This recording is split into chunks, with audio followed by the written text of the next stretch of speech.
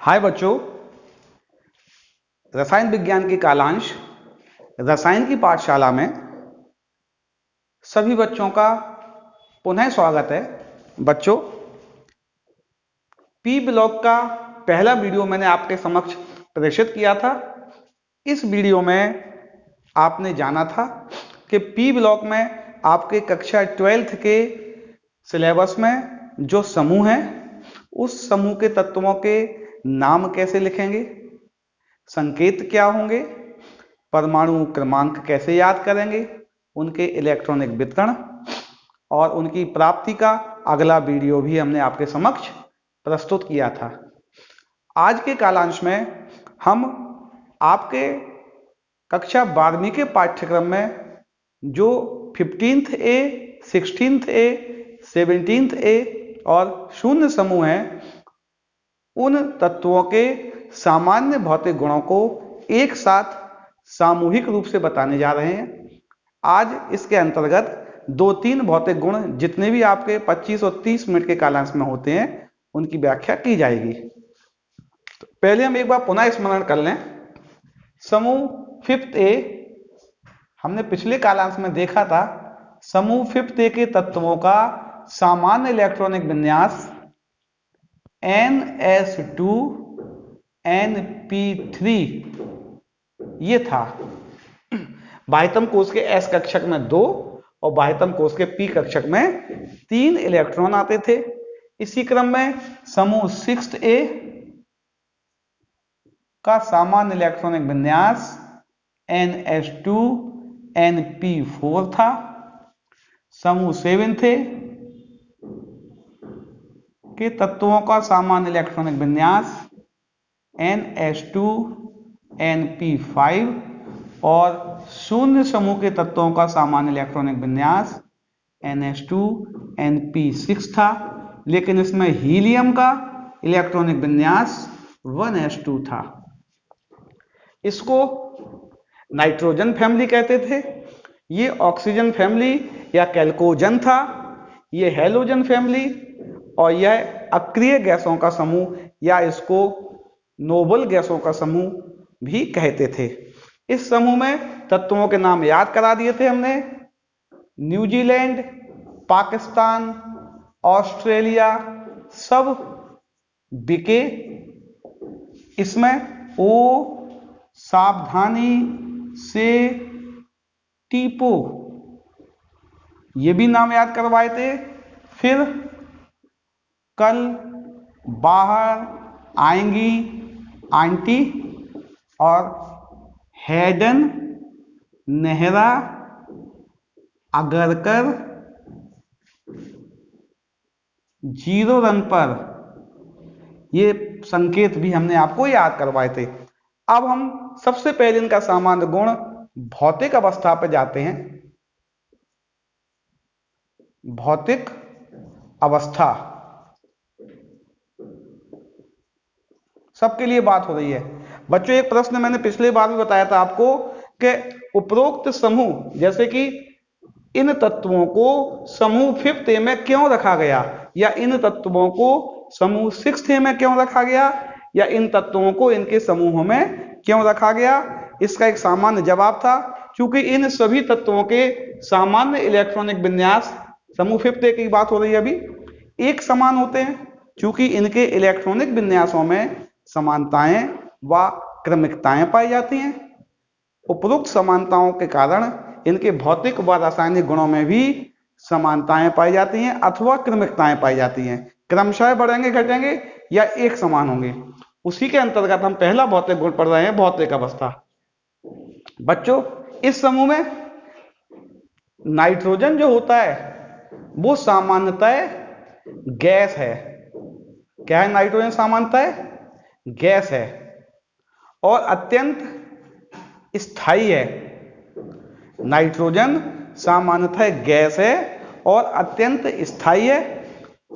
Phosphorus से लेकर arsenic तक सामान्यतः यह ठोस अवस्था में होते हैं, यानी कि नाइट्रोजन गैस है और एक स्थायी गैस है। इसके स्थायित्व का मुख्य कारण इसमें नाइट्रोजन के दो परमाणुओं के बीच एक त्रिबंध क्या पाया था बच्चों? त्रिबंध पाया जाता है, जिससे इसकी बॉन्ड डिसोसिएशन एनर्जी बहुत कैसी होती है? हाई होती है। इसकी बॉन्ड डिसोसिएशन एनर्जी की वैल्यू बहुत हाई होती है, इसलिए बहुत स्थायी कण होता है और रूम टेम्परेचर पर सामान्यतः रासायनिक अभिक्रियाएं नहीं करता है।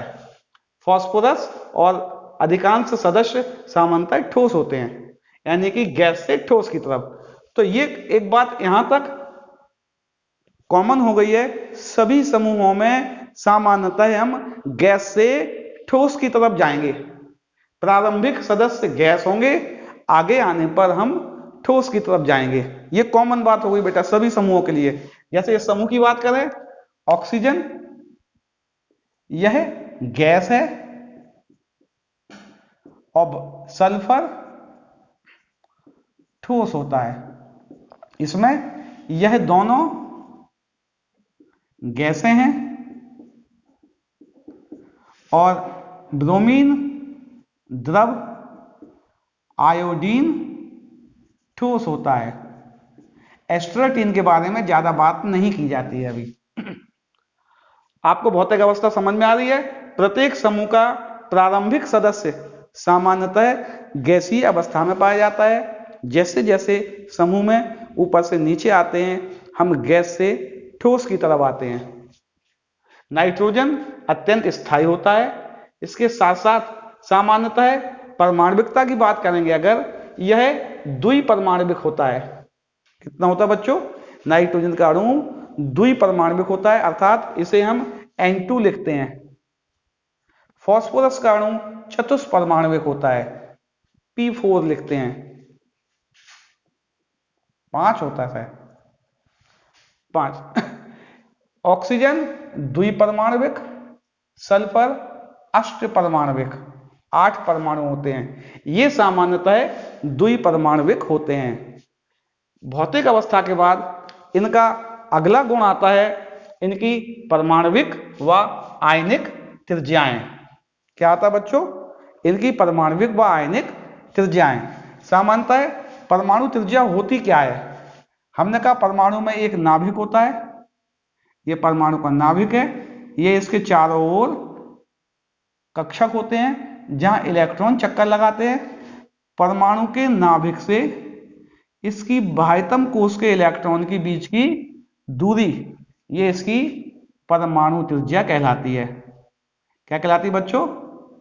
परमाणु त्रिज्या कहलाती है।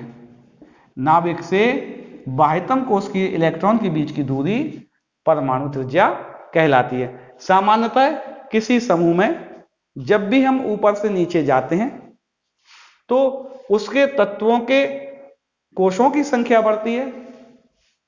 कोशों की संख्या बढ़ने के कारण नाभिक और इलेक्ट्रॉन के बीच की दूरी लगातार बढ़ती जाती है, जिससे परमाणु त्रिज्याएं बढ़ती हैं। समूह में परमाणु त्रिज्या, समूह में परमाणु त्रिज्या कैसी होती है बच्चों? समूह में परमाणु त्रिज्या का मान लगातार बढ़ेगा, बढ़ती है। क्यों बढ़ती है बच्चों? कोशों की संख्या बढ़ने से। किसकी संख्या बढ़ने से? कोशों की संख्या बढ़ने से।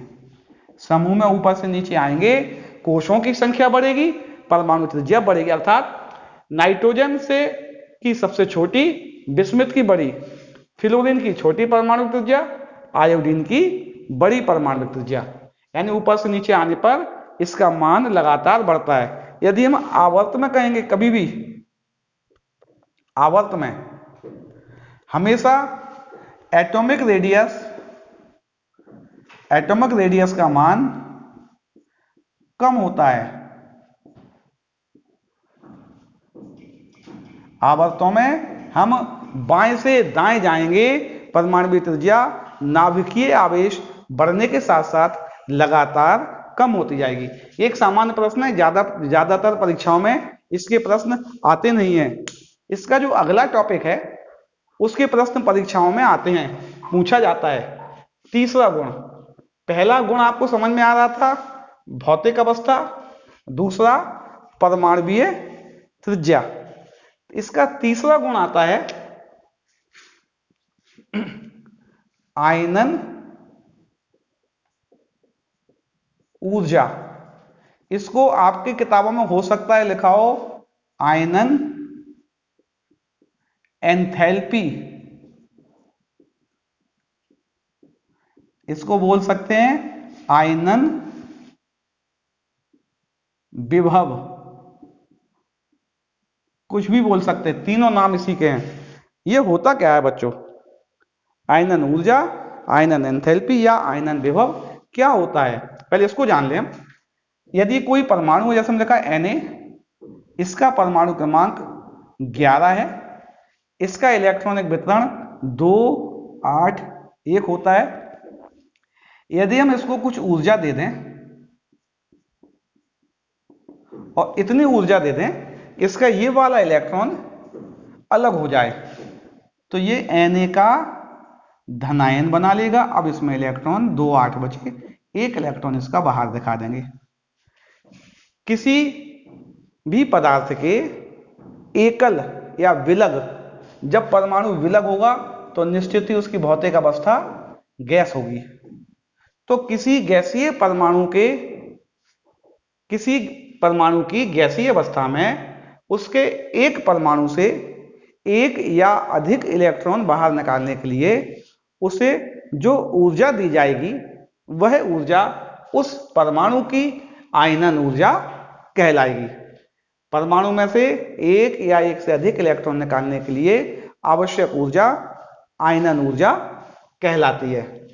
अगर एक इलेक्ट्रॉन निकाला तो इसको IE1 कहेंगे। अगर एक और निकालते, जैसे हम लिखें Mg से Mg+ बनाएंगे तो IE1 लगेगी, और अगर Mg+ से Mg डाई पॉजिटिव बनाएंगे तो हमें IE2 देना पड़ेगी।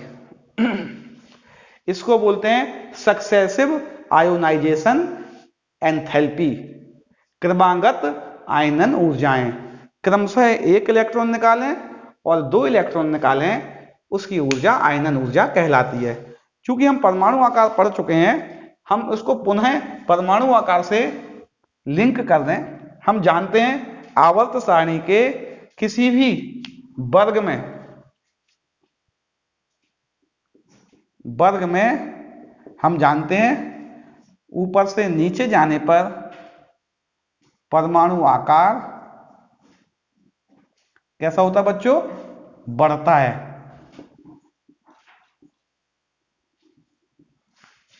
आवर्त में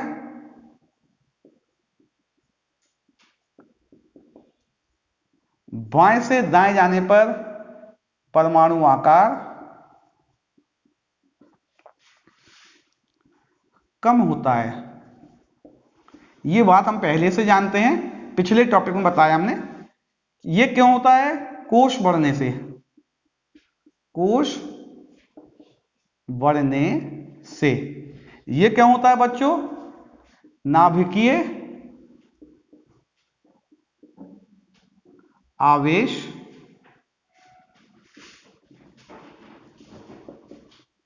बढ़ने से। अर्थात यदि हम किसी आवर्त में बाएं से दाएं जाएंगे तो आयनन ऊर्जा की मान लगातार बढ़ेगा और इसमें कम होगा। अब देख लो बेटा, आयनन ऊर्जा जो होती है वो 1/, परमाणु, ये आपको याद रखना है, आकार, यानी परमाणु आकार जितना ज्यादा बड़ा होगा आयनन ऊर्जा का मान उतना ही कम होगा। तो निश्चित बात है वर्गों में परमाणु आकार बढ़ता है तो आयनन ऊर्जा कम हो जाएगी। आवर्तों में परमाणु आकार कम होता जाता है तो निश्चित बात है कि आयनन ऊर्जा बढ़ती जाएगी। हम इसी से देखना है सबको, आयनन ऊर्जा परमाणु आकार के व्युत्क्रमानुपाती होती है। परमाणु आकार बढ़ने पर इसका मान कम होगा। अब आपको क्रमशः समझ में आ रहा है। इस समूह में ऊपर से नीचे जाएंगे, इसके तत्वों की आयनन ऊर्जा लगातार बढ़ेगी। इस समूह में जाएंगे, सभी समूहों के तत्वों की आयनन ऊर्जाएं लगातार बढ़ेंगी। किसी भी आवर्त में 6th, 5th, 6th, 7th तक जाएंगे, आयनन ऊर्जाओं के मान लगातार बढ़ेंगे, क्योंकि आकार कम होता जाएगा। क्यों कम होता जाएगा? नाभिकीय आवेश बढ़ने से। बच्चों, इस आयनन ऊर्जा के टॉपिक में बहुत से प्रश्न आपकी परीक्षाओं में आते हैं। सबसे पहला प्रश्न आता है, समूह 5th A और समूह 6th A, इनकी अगर हम तुलना करें, 5th A में होता है नाइट्रोजन, इसमें होता है ऑक्सीजन, फास्फोरस, इसमें होता है सल्फर। हम अभी जानते हैं यहां से यहां जाते हैं, ये आवर्त है, यहां से यहां जाते हैं तो आयनन ऊर्जा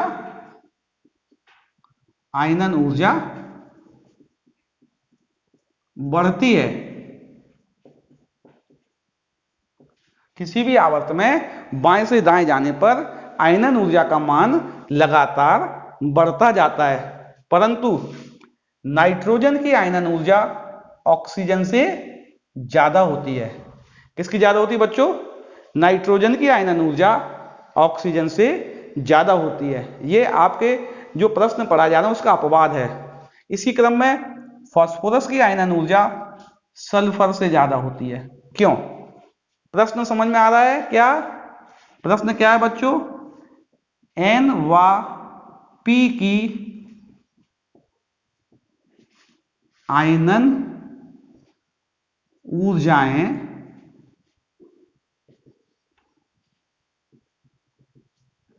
क्रमशः O व S से अधिक क्यों होती हैं? अधिक क्यों होती हैं? प्रश्न समझ में आ रहा है? यहां एक बात और भी कह सकते हैं, आयनन ऊर्जा परमाणु आकार के व्युत्क्रमानुपाती होती है और स्थायित्व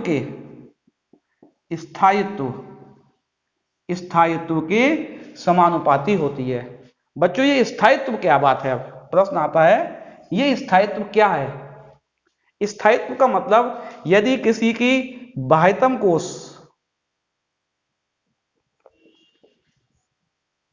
कोश में अष्टक हो, क्या हो बच्चों? अष्टक, यानी कि 8 इलेक्ट्रॉन हो, या कक्षक पूर्ण हो का मतलब S में 2, P में 6, D में 10 और F में 14 हो, अथवा अर्धपूर्ण हो, अर्थात S में 1, P में 3, D में 5, तो उनका स्थायित्व अधिक होता है। कैसे होंगे ये कैसे होंगे बेटा? अधिक स्थायी। परमाणु, अब इसकी बात करते हैं। नाइट्रोजन का इलेक्ट्रॉनिक विन्यास 2s2 2p3 होता है। ऑक्सीजन का इलेक्ट्रॉनिक विन्यास 2s2 2p4 होता है। आप देख सकते हैं P में 3 इलेक्ट्रॉन है। कैसा है ये P बेटा? अर्धपूर्ण। कैसा है P? अर्धपूर्ण है, हाफ फिल्ड है। अर्धपूर्ण होने के कारण ये कैसा है बच्चों? स्थायी है। अर्धपूर्ण होने के कारण ये स्थायी होता है, जिससे इसकी आयनन ऊर्जा अपने निबोर ऑक्सीजन से ज्यादा होगी। इसी क्रम में फास्फोरस में P कक्षक अर्धपूर्ण होता है, इसकी आयनन ऊर्जा भी सल्फर से अधिक होती है। तो बेटा, इस प्रश्न का उत्तर क्या हुआ? प्रश्न था नाइट्रोजन व फास्फोरस की आयनन ऊर्जाएं क्रमशः ऑक्सीजन व सल्फर से अधिक क्यों होती हैं? आपका जवाब क्या है बच्चों? नाइट्रोजन व फास्फोरस की बाह्यतम कोश के पी कक्षक अर्धपूर्ण होने के कारण स्थायी होते हैं। इस स्थायित्व के कारण इनकी आयनन ऊर्जाएं क्रमशः ऑक्सीजन व सल्फर से अधिक होती हैं। अगला प्रश्न आयनन ऊर्जा के क्रम में और भी आता है बेटा।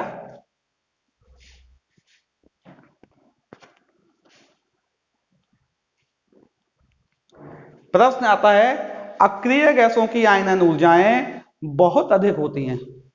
क्या प्रश्न आता है बेटा? प्रश्न क्या आएगा? अक्रिय गैसों की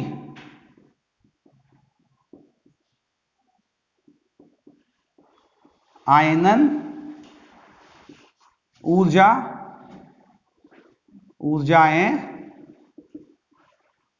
बहुत अधिक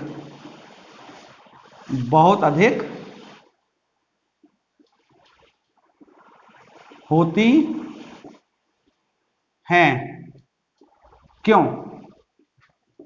फिर वही बात बट्टो, हम यहां पे अक्रिय गैसों का सामान्य इलेक्ट्रॉनिक विन्यास लिखते हैं। क्या लिखते हैं बच्चे?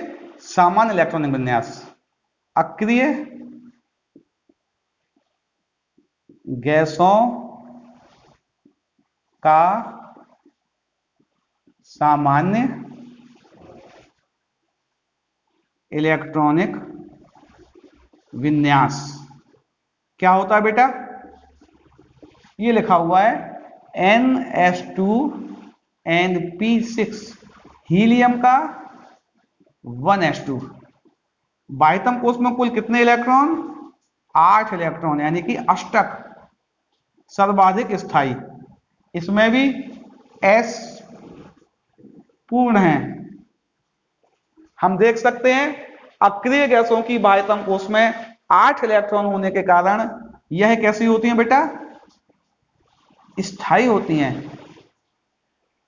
इस अष्टक अर्थात इस स्थायित्व के कारण इनकी आयनन ऊर्जाएं बहुत अधिक होती हैं। बच्चों, अभी तक हमने क्या जाना? अभी तक हमने जाना कि भौतिक गुणों के अंतर्गत पहले हमने उपरोक्त समूह के तत्वों की भौतिक अवस्थाएं जानी।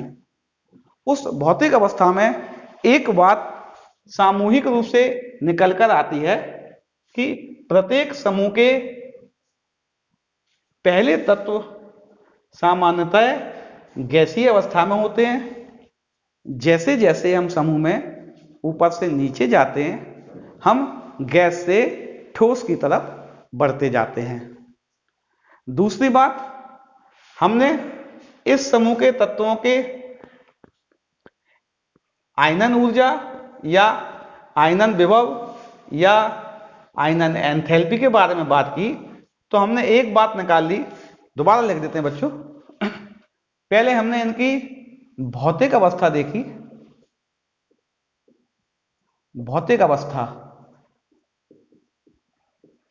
कैसे जाती है बेटा? सभी समूहों में गैस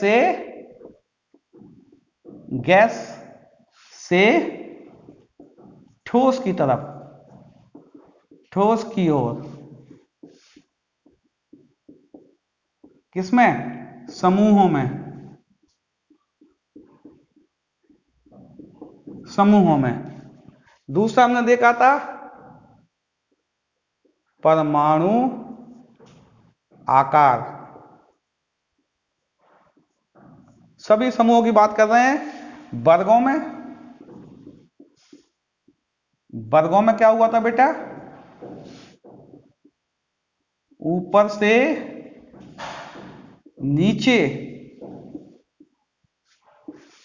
बढ़ता है। क्यों बढ़ता है?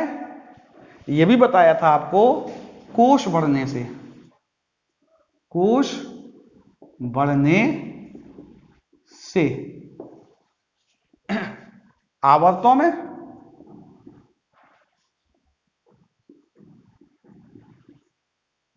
आवर्तों में बाएं से दाएं जाने पर कम होता है। कम होता है, क्यों कम होता है बेटा? नाभिकीय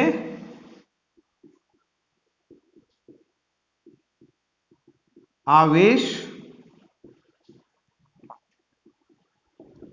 बढ़ने से। परमाणु आकार क्या था? नाभिक से बाह्यतम कोश के इलेक्ट्रॉन की दूरी। परमाणु आकार क्या था? नाभिक से बाह्यतम कोश के इलेक्ट्रॉन की दूरी। इसको हमने परमाणु आकार कहा था। अगला हमने पढ़ा था आयोनाइजेशन एंथैल्पी, आईई। इसको हमने क्या कहा था? एकल किसी तत्व के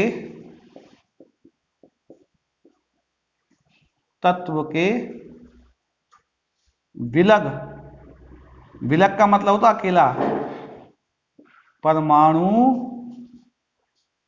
विलग गैसीय परमाणु वाले लिखते हैं बच्चों, गैसीय परमाणु से एक या एक से अधिक इलेक्ट्रॉन निकालने के लिए दी जाने वाली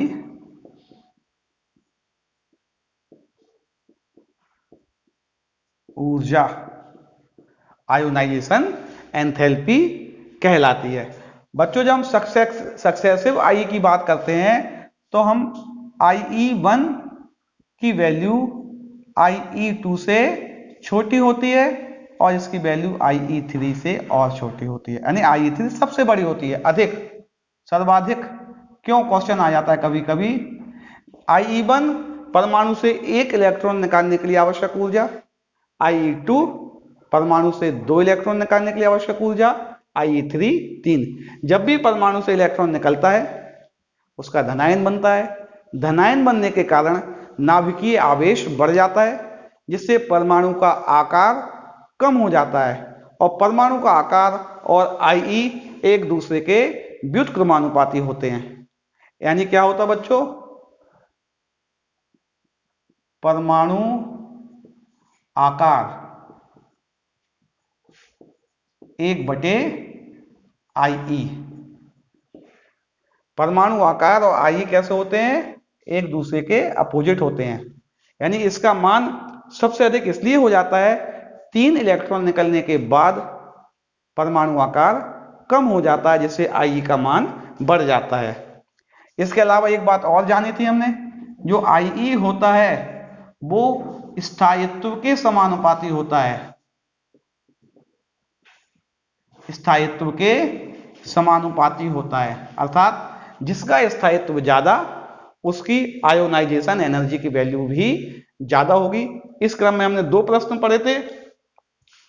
नाइट्रोजन और फास्फोरस की आयोनाइजेशन ऊर्जा का मान ऑक्सीजन और सल्फर से ज्यादा क्यों होता था?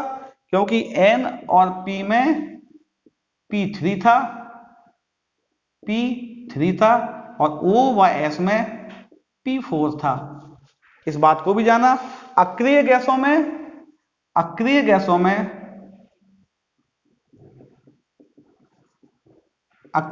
में अष्टक पूर्ण था, H2P6, इसलिए इनका स्थायित्व अधिक था। इन दोनों की आयनन ऊर्जाएं अपेक्षाकृत अधिक होती हैं। बच्चों मैं आशा करता हूं आज का यह प्रकरण आपको भली भांति समझ में आया होगा। कल के कालांश में हम और शेष भौतिक गुणों पर भी चर्चा करेंगे। मैं पुनः आशा करता हूं कि आप मेरे द्वारा भेजे गए इस वीडियो को लाइक व सब्सक्राइब अवश्य करेंगे एवं अपने मित्रों को भी इसे प्रेषित करेंगे। आपके लाइक, आपके सब्सक्राइब, आपके नोटिफिकेशन बेल को क्लिक करने की विधि हमें अच्छे से अच्छा करने के लिए प्रेरित करती है, हमारा उत्साह बढ़ाती है कि हम नए से नए अवधारणाएं लेकर आपके समक्ष उपस्थित हों। आज के कालांश में इतना ही। कल पुनः शेष भौतिक गुणों को समझाने के लिए आपके समक्ष उपस्थित होऊंगा।